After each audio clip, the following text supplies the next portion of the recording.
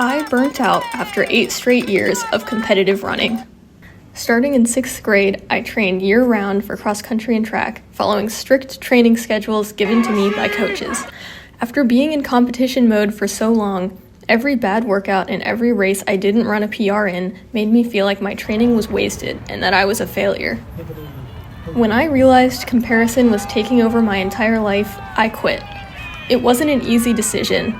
Running had made up my entire personality since the moment I realized I loved the sport.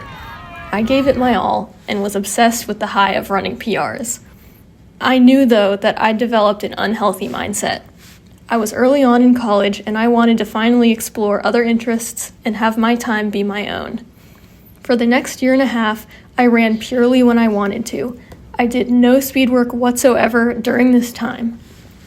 On an average day, I'd get out for a 3-mile walk that would maybe contain short jogging segments. I thoroughly enjoyed this time. There was a weight lifted, and I got back to loving running for what it is, not for what times I was hitting or who I was beating in races. Leading into my senior year of college, I was running regularly and enjoying it more than I ever had. I decided then that I would train for a marathon for the coming fall. I was about a third through my training plan when I was personally invited back onto the college team. I hesitated at first. Was I really ready for the pressure of competition again? What I did know was that I was excited by the idea of pushing myself to my limits again, and I knew that I'd have the rest of my life to run a marathon. The question I asked myself was this: if I rejoin the team, can I promise myself that I'll enjoy the experience even if I come in behind my teammates in every race? After about a week of contemplating, my answer was yes. And so after 2 cross-country and 2 track seasons away from the team, I was back as a collegiate runner.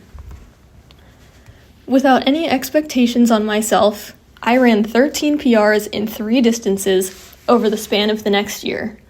Not only that, but because I wasn't so self-obsessed, I made personal connections that I never would have been able to make had I just pushed through the burnout.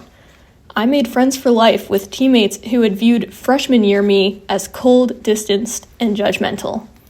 My teammates voted me to receive the Life of a Runner award, which I took as an indication of how I connected on a personal level with my teammates and acted as a sounding board to help them manage their stresses.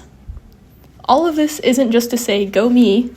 It's really to say that the world isn't going to end if you take a break from high-intensity training and competing. Your time isn't going to run out, you're not going to lose all your fitness, and people who really care about you aren't going to think less of you. What will happen is either that your interests drift towards something else that you find that fulfills you, or you'll come back to running rejuvenated and motivated for the right reasons.